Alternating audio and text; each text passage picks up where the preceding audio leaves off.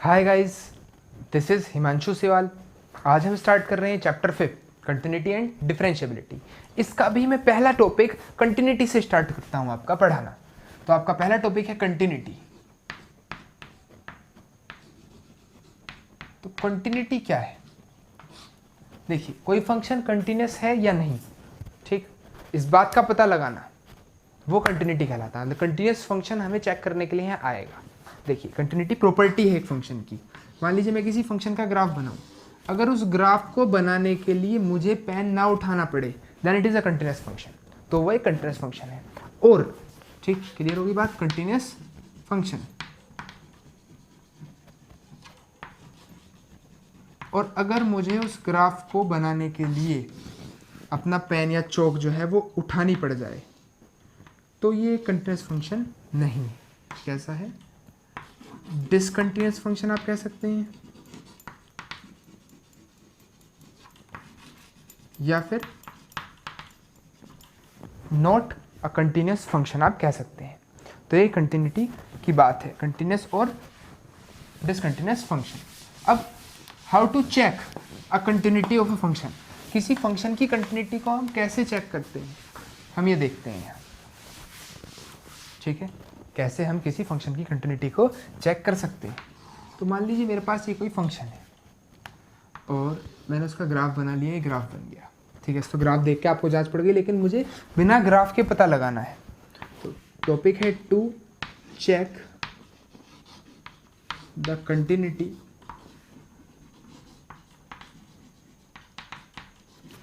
Of a function at any point. किसी function का continuity को हमें चेक करना है किसी पॉइंट पर। अब मान लीजिए वो पॉइंट मैं ले रहा हूँ ए, ये ए पॉइंट है जहाँ पर मुझे कंटिन्यूटी चेक करनी है कि इस पर्टिकुलर पॉइंट पर फंक्शन कंटिन्यूस बन रहा है या नहीं बन रहा। तो हम कैसे चेक करेंगे? देखिए, ये फंक्शन की वैल्यू है। अब मान लो मैं निकालता हूँ limit x tends to a negative fx।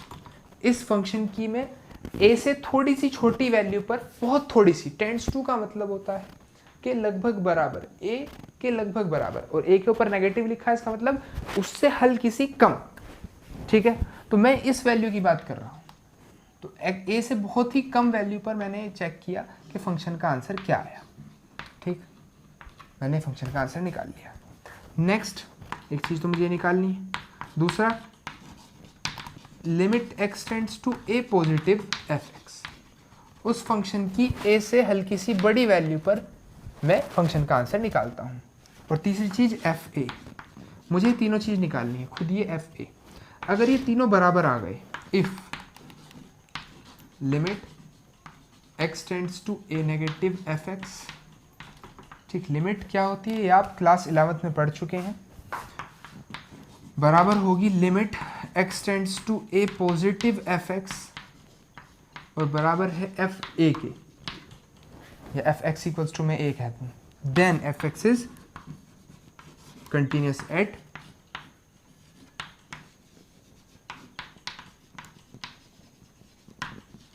x equals to a। तो उस पॉइंट पर वो फंक्शन कंटिन्यूस होगा। अब मान लें हम ऐसा कोई फंक्शन लें कि भाई फंक्शन ऐसे है, देन ये और मतलब a पर फंक्शन का आंसर कुछ पर्टिकुलर ये आ रहा है। ठीक है, a वैल्यू पर फंक्शन का आंसर ये है। a से हल्की सी छोटी वैल्यू पर मैंने चेक किया तो फंक्शन का आंसर ये आया, और a से हल्की सी बड़ी वैल्यू पर मैंने चेक किया तो फंक्शन का आंसर ये आया। तो a से हल्की सी छोटी वैल्यू पर फंक्शन का आंसर अलग आया, a पर अलग आया, और a से हल्की सी बड़ी वैल्यू पर अलग आया। तो ये फंक्शन कैसा है? डिसकंटिन्यूस फंक्शन है, कंटिन्यूस नहीं है। अब मान लीजिए कि इन दोनों वैल्यू पर भी सेम आंसर आ जाए, a से हल्की सी बड़ी वैल्यू पर भी उतना ही आंसर आ गया और a से हल्की सी छोटी वैल्यू पर भी उतना ही आंसर। लेकिन अगर a पर भी आंसर सेम नहीं आया तब भी ये फंक्शन कंटिन्यूस नहीं है, ये बीच में हल्का सा डिसकंटिन्यूस हो गया। तो उस a पॉइंट पर तब भी वो कंटिन्यूस नहीं रहेगा। यानी अगर इन तीनों चीज़ों में से कोई सी एक वैल्यू भी बराबर नहीं होती तो फंक्शन कंटिन्यूस नहीं होगा। तो कंटिन्यूटी के लिए, किसी पॉइंट पर कंटिन्यूटी के लिए ये कंडीशन जरूरी है। Clear students? ठीक है, अब एक टॉपिक 11th क्लास में लिमिट को सोल्व करने के लिए सिखाया गया है, मैं आपको थोड़ा सा उसे सिखा दूं।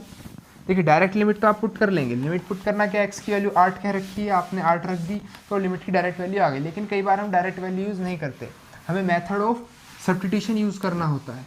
और मेथड ऑफ सब्स्टिट्यूशन क्या है ये मुझे आपको समझाना पड़ेगा।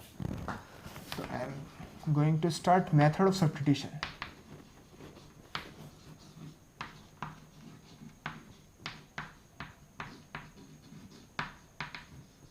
हम सब्स्टिट्यूशन का मेथड देखते हैं। तो मान लीजिए एफ एक्स मेरे पास कोई फंक्शन है जिसकी वैल्यू 4x + 5, मुझे x टेंड्स टू 5 पुट करना है। कितना पुट करना है, x टेंड्स टू 5। मैं x की वैल्यू को डायरेक्ट 5 ना पुट करूं इस फंक्शन में, और मैं मेथड ऑफ सब्स्टिट्यूशन लगाऊं। तो सब्स्टिट्यूशन भी कैसा, ध्यान दीजिए, अगर मैं बात कर रहा हूं limit x tends to 5 negative की, यानी 5 से कोई छोटी वैल्यू, 5 से कोई हल्की सी छोटी वैल्यू मुझे यहाँ पुट करनी है फंक्शन में, तो हम डायरेक्ट पुट ना करके ये मान लें कि वो हल्की सी छोटी, इसका मतलब x की जो वैल्यू है वो 5 में से h कम है।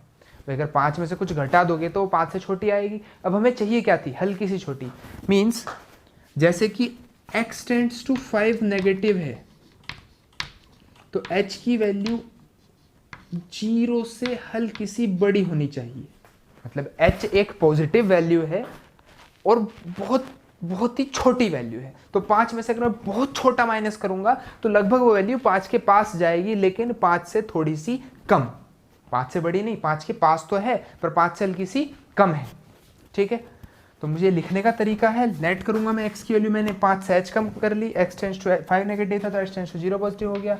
हम यहाँ रखेंगे limit h tends to 0 positive f x की वैल्यू क्या है 4x + 5, और x की वैल्यू हमने रख दी 5 - h। तो ये लिखने का तरीका है, सिर्फ सॉल्यूशन पे कुछ खास फर्क नहीं पड़ेगा। इस केस में कुछ केस हैं जहां पे मेथड ऑफ सब्स्टिट्यूशन से ही क्वेश्चन सोल्व होगा। 20 - 4h + 5, ये आ गया 25 - 4h।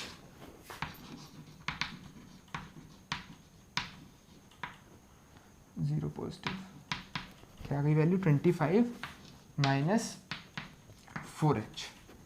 ठीक, h टेंड्स टू अगर मैं 0 पुट कर दूं तो मेरा आंसर 25 आ जाएगा। वो आंसर तब भी आता अगर मैं direct x tends to 5 negative में x के लिए 5 इसी फंक्शन में रख दूं, यहाँ से आंसर 25 आ जाएगा। लेकिन मेथड ऑफ सब्स्टिट्यूशन कुछ जगह पे आपको यूज़ करना होगा, उन क्वेश्चंस में मैं आपको स्पेशली फोकस करके बताऊंगा कि यहाँ मेथड ऑफ सब्स्टिट्यूशन यूज़ होगा।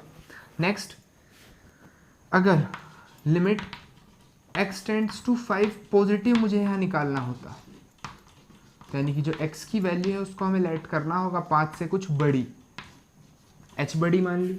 अब 5 से हल्की सी ही बड़ी चाहिए, टेंड्स टू का मतलब होता है लगभग 5 के आसपास, और प्लस लिखा है इसका मतलब 5 से थोड़ा सा बड़ा, तो प्लस h कर दिया।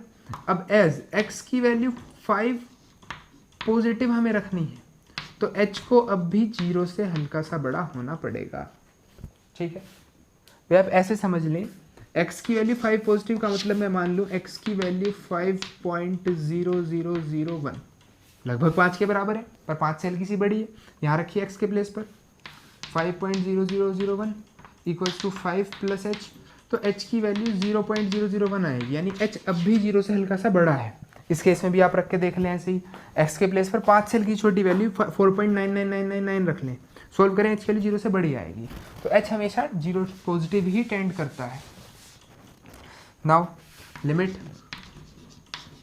h tends to 0 positive, function है f x, वहाँ रखना है 5 + h, तो फंक्शन 4 इंटू एक्स के प्लेस पर कितना रख दिया 5 + h + 5, तो आंसर आपका 25 ही आएगा। आप सोल्व कर लें, बस ये मेथड ऑफ सब्स्टिट्यूशन है।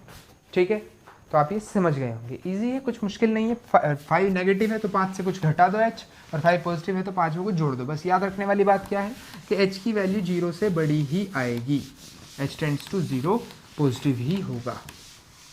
Clear students? चलिए अब ध्यान दें, हम बात करें कुछ कंटिन्यूस फंक्शन की। ठीक, हर इंटरवल की बात कर रहा हूँ, एवरी ट्रिगोनोमेट्रिक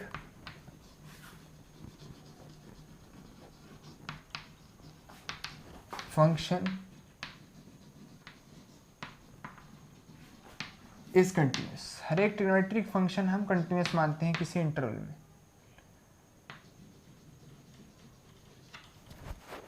ठीक है, every logarithmic and exponential function are continuous।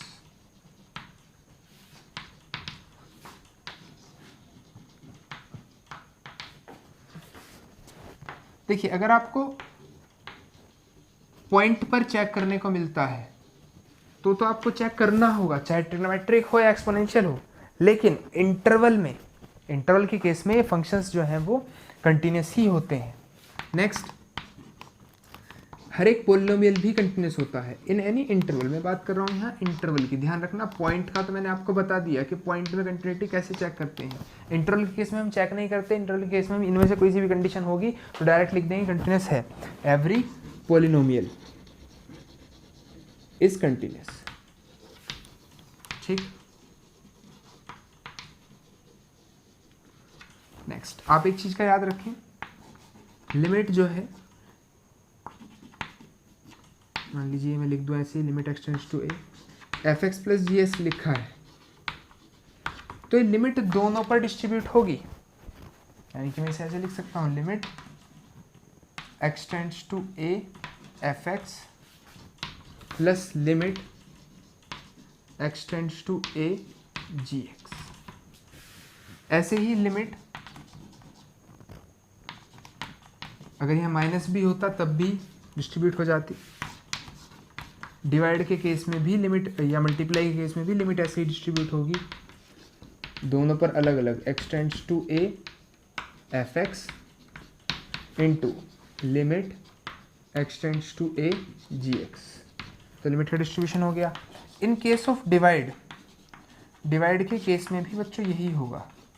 अगर f x by g x लिखा है तो मैं कह सकता हूँ limit x tends to a f x by limit x tends to a g x. बस एक कंडीशन है कि जी एक्स जीरो के बराबर नहीं होना चाहिए, जी एक्स की वैल्यू जीरो ना हो। Clear students?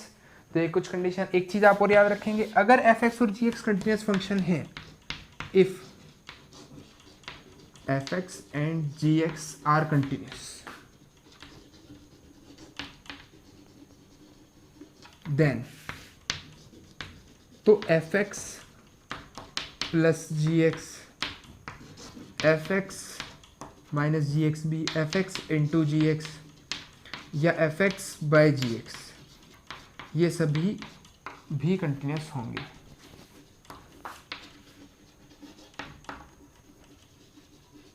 क्लियर? तो ये सब बातें आपको याद रखनी होंगी।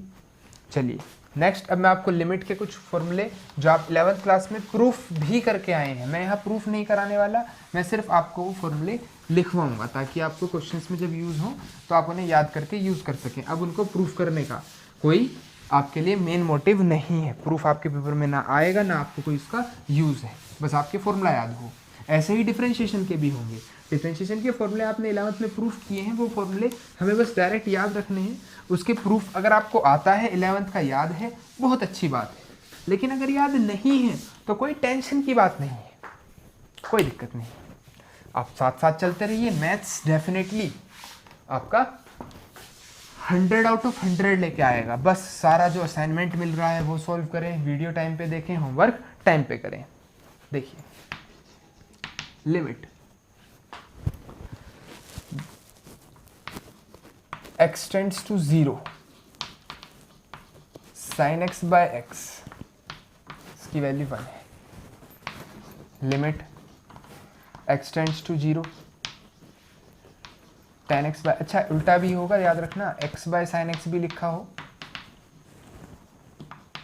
लिमिट एक्सटेंड्स टू 0 होनी चाहिए, तब भी आंसर आपका 1 ही होता है। ऐसे limit x tends to 0 tan x by x, या limit x tends to 0 x by tan x में कहूँ तो भी आपका आंसर 1 ही होगा। नेक्स्ट कंडीशन क्या है? नेक्स्ट जो फॉर्मूला आपने प्रूफ किया होगा, log 1 plus x by x, इसकी वैल्यू भी 1 होगी। e की power x minus 1 by x, इसका आंसर भी 1 है। और एक फॉर्मूला आपने जो पढ़ा होगा, limit x tends to a, x की पावर n माइनस a की power n by x minus a, इसकी वैल्यू n a की पावर n माइनस 1 होती है। तो लिमिट के 4-5 फॉर्मूले हैं जो आपके इस चैप्टर में किसी सेलेक्टेड क्वेश्चंस में यूज़ होंगे, बहुत ज़्यादा जगह तो ये यूज़ होने वाले नहीं हैं। ठीक है स्टूडेंट्स, आप नोट कर लेना वीडियो रोक के, मैं इसको रफ कर रहा हूँ।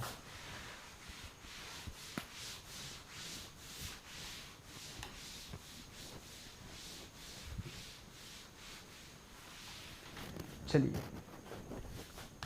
नेक्स्ट, अब आपके कंटिन्यूटी चेक करना आ गया, लिमिट के फॉर्मूले आपको आ गए, कंटिन्यूस फंक्शन क्या होता है ये बात आपको अच्छे से समझ में आ गई है। अब मैं आपको एक क्वेश्चन कुछ करके दिखा देता हूँ। तो ये है क्वेश्चन नंबर, देखिए क्वेश्चंस जो है वो बहुत सिंपल है शुरू के कुछ, तो आपको ऐसा लगेगा कि यार क्वेश्चन हम कर रहे हैं, मतलब आपको एक संतुष्टि सी नहीं आएगी क्वेश्चन कि भाई हमारे समझ में नहीं आया, जबकि वो क्वेश्चन इतना इजी है इसलिए आपको ऐसा लग रहा है कि वो समझ में नहीं आया। जैसे कि अगर मैं क्वेश्चन की बात करूं, check the continuity of the function, हमें एक फंक्शन दे दिया, फंक्शन है 2x प्लस 3, मुझे इस फंक्शन की कंटिन्यूटी चेक करनी है एट x इक्वल्स टू 1, 1 पर चेक करनी है।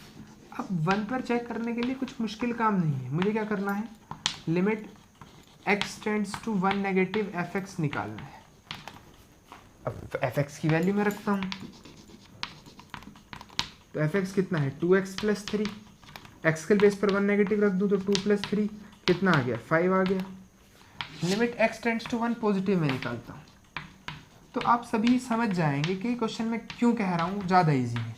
यार जब रखना 1 ही है, जब तक क्वेश्चन ब्रेक होके नहीं आएगा, जैसे कि लास्ट के क्वेश्चंस आपके हैं कि भी वो 0 से नेगेटिव के लिए अलग फंक्शन है, 0 से पॉजिटिव के लिए अलग फंक्शन है, तब तक ये क्वेश्चन आपको बहुत ज़्यादा इजी लगेंगे। Limit x tends to 1 positive fx की वैल्यू हम यहाँ रख दें 2x प्लस 3, 1 पुट करेंगे 5 आंसर है। नेक्स्ट फंक्शन में x के प्लेस पर 1 रखते हैं, इट मीन्स 2 इंटू 1 प्लस 3, तो भी आंसर 5 आ गया। भाई तीनों में एक ही तो काम करा है यार, उसी फंक्शन में x की जगह 1 रख रहे हो, क्योंकि 1 नेगेटिव के लिए भी 1 ही आएगा, 1 पॉजिटिव के लिए भी 1 ही आएगा, और 1 के लिए भी वही 1 ही आएगा, तो तीनों केस में सेम आंसर आना ही था। तो बस ये लिखने का एक तरीका हो गया, since limit x tends to 1 negative fx equals to limit x tends to 1 positive fx और equals to fx, therefore fx is continuous at x equals to 1, तो फंक्शन 1 पर जो हो गया कंटिन्यूस हो गया।